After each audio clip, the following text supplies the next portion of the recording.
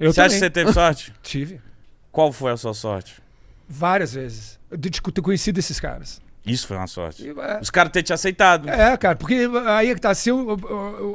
Uma das ideias por trás do punk rock é o seguinte: qualquer um pode tocar. Você pode tocar. Se você tiver afim, se você tiver uma ideia na tua cabeça, forma uma banda, vai cantar. Foda-se, pode. Sacou? Não precisa entrar no conservatório, ficar anos aprendendo música, fazendo escala durante 10 anos pra fazer a sua banda. Não. Prende 2 acordes, pode tocar. Essa era a ideia por trás do punk rock. Eu não conhecia o punk rock. Eu conheci o punk rock quando eu conheci os caras. O Aborto Elétrico e o Renato Russo. Se eu não tivesse cruzado com os caras na rua, sorte. E não tivesse conhecido... Será que eu ia ter conhecido o punk rock? Se eu não tivesse conhecido o punk rock, eu nunca teria cantado no Capital Inicial. Sorte, mais uma vez. Sorte. Cara, mas quando você viu eles, você deve ter falado... Você deve ter olhado e falou... Porra, mano. Olha que passou... parada louca, diferente. Sim. E, na verdade, eu confesso pra você que eu achei meio tosco também. Por isso que ele deu esse sim, ele pensou, ele falou, Não, cara, porque você imagina, velho, era assim, era guitarra, baixo, voz, tudo ligado em um amplificador só no meio da rua, a bateria na calçada, uma bagunça. Em frente a uma lanchonete. Era isso quando eu vi pela primeira vez, cara. Era uma puta de um barulho, cacofonia, cara, Nossa, zoeira. os caras deviam odiar. Meu, era ruim pra caralho, mas você via ali, você falava, uou, aqui tem alguma coisa. Sacou? Talvez pela cara deles. Sabe, mas e depois quando você vai, eu fui prestar atenção, falar, uou, olha essas letras. Porra, e a vontade de ir pra rua, de estar lá, botar a cara pra bater também, mano. Nossa, mano, isso não é fácil. Você viu o puro do puro, mas, começo velho, do negócio.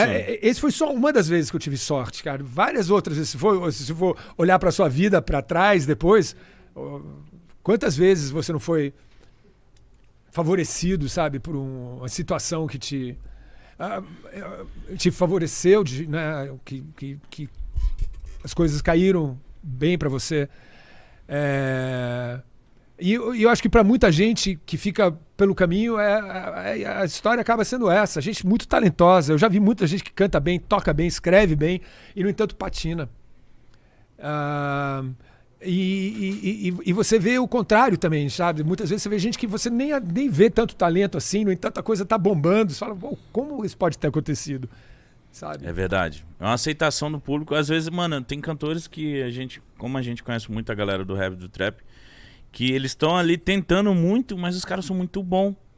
E a gente fica... E ainda não deslanchou. Porque, mano, eu escuto esse cara. Às vezes falta uma oportunidade de alguém maior mostrar, de alguém chegar e apadrinhar. Ou cair no gosto do público mesmo. Que eu acho que é o mais difícil. Vai, mas eu já vi muito. Você deve ter visto muito eu vi muito, longo tempo. Muito, né? muito. Eu erro com frequência, cara. Assim, meus prognósticos de ver algo assim, ver uma banda, ou ver um artista. Falar, uau, olha esse cara, olha quanto esse cara canta, olha as coisas que ele escreve. Esse cara que vai detonar. Aí eu pegava, levava pra gravadora, falava, uau. Esse é o cara. Esse é o cara, e acabava não dando em nada. Caralho. Ninguém se interessava. Mas é normal. Eu quero saber que quando você conhece o pessoal do Aborto Elétrico, você já fica muito amigo do Renato rápido ou demora? Olha, acho que rola uma situação meio de, sei lá, de subordinação. Eu era muito mais moleque. Eu tinha 16 anos, ele tinha 20. Então, aos olhos de quem tem 16 anos, eu olhava pra mim ele era um adulto. Sim. Sabe, eu não sei como é que ele me via, ele devia me olhar e achar a gente meio moleque. Eu achava que ele existia um papel de liderança, sabe? Ele lia pra caraca, então ele ficava dando livros pra gente, leia isso, filmes, ele trabalhava na cultura inglesa lá em Brasília. E então era onde chegavam os jornais com o que estava acontecendo fora do Brasil, de bandas. A gente ia pra lá pra saber quais eram as últimas novidades, o que a gente devia estar ouvindo, se alguém fosse pra gringa, pedir pra trazer pra gente algum disco, alguma banda. E rolavam os festivais de cinema lá também, dentro da cultura inglesa. E eram sempre uns festivais de cinema alternativo. Então era um cinema alemão, cinema italiano, cinema francês. Era muito legal, cara. E isso tudo era perto da onde o Renato trabalhava. Então ele era uma espécie de uma liderança intelectual. Sacou? Tinha muita cultura, né? Era uma enciclopédia. Na real, a verdade era essa. Ele ainda lia pra Cacilda, lia muita biografia. Como a gente gostava muito de cinema, a gente gostava muito de música, cinema, livros. Ele era uma fonte inesgotável de pequenas anedotas a respeito de cinema, como é que os filmes tinham sido escritos, como é que eles tinham sido filmados, qual era a história por trás Nossa, então era muito... dos atores. Muito bom estar com ele, que você aprendia muito, animal, curioso. meu, era animal, cara. Ele sabia. Isso de discos também. Disco dos Beatles, Abbey Road. Como é que o Abbey Road tinha sido composto? Como? Por quê? O que estavam pensando o John Lennon quando ele fez aquela música? nossa. Qual era a inspiração para aquela letra? E embora todo esse universo da música e do cinema, ele sabia o que tinha por trás das cortinas, de tanto ler biografias. Mano, Então, todos esses filmes que a gente cresceu vendo, sabe? E músicas que a gente cresceu ouvindo, ele sabia a história por trás. E então a gente ia pra casa dele, ele ficava contando, dando livros pra gente. Fala, leia isso, ouça isso, veja esse filme. Porra, cara. Nossa, que cara sensacional, era mano. sensacional. Era sensacional. Eu não sei se vocês sabem, mas ontem não, acho que na semana passada, na terça-feira, fez 25 anos que o Renato morreu. Caralho, tudo isso já. 25 anos. Mano, eu tenho 25 anos. Então, você nasceu no 9h30. 9h30. Só o pessoal da sua casa assistia? Ou Minha assistia? mãe... Pô, tem que contar essa história. Minha mãe gosta muito de Legião.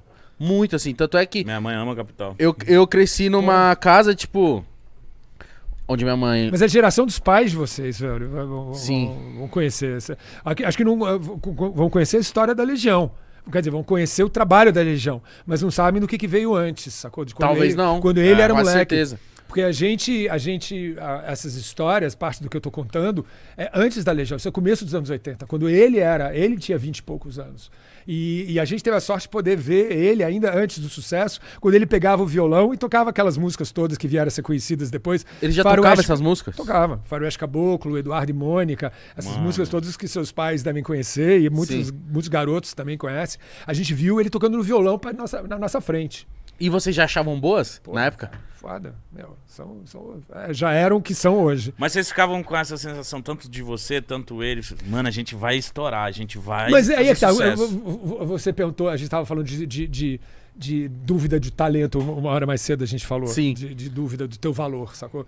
Quando eu via esses caras fazendo o Ebert e o Renato, que são os que eu tive contato quando eu ainda era adolescente, que o Ebert é um talento musical de outro planeta e como compositor também. O Renato são dois grandes compositores e grandes músicos. Eu vi esses dois caras e eu sei que eu não sou tão bom quanto eles, sacou, meu? Então eu via isso e falava, caraca, velho, como é que eu vou viabilizar a minha carreira se eu não tô, né? Se eu não tô, eu sei que eu não sou tão bom quanto esses caras. E eu levei muitos anos até falar, beleza, eu não sou como eles, mas eu preciso achar a minha própria onda. Eu preciso achar meu próprio caminho, que não é como o do Renato, que não é como o do Ebert. E eu não posso ficar frustrado de não ser como eles. Uhum. Então é gozado isso, como você tem que achar a sua própria história, sabe? Mas é o mais da hora. Ah! É o mais da hora, porque às vezes você fica tipo... É a sua identidade, né? Tipo, o a Mítico sua é muito meu amigo. personalidade. O Mítico é muito meu amigo. O que o Mítico faz isso? Eu vou fazer isso. Aí você vai dando cabeçada. Na hora que você fala assim, mano...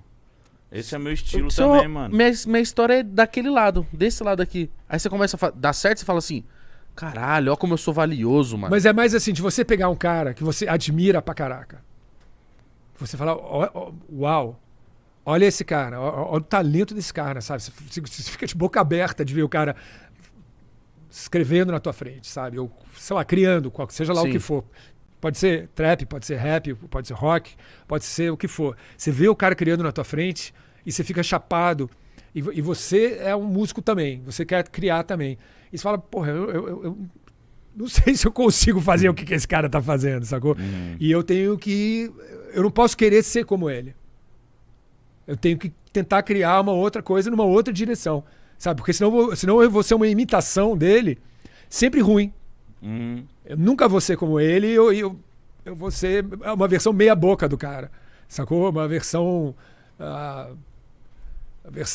tosca do cara. E eu acho que eu tive isso durante muitos anos, de ter crescido com esses dois, a sombra dos caras, até passar o tempo suficiente para que eu pudesse dizer, galera, beleza, o meu caminho é outro, longe da sombra dos caras, sacou? Não, muito foda.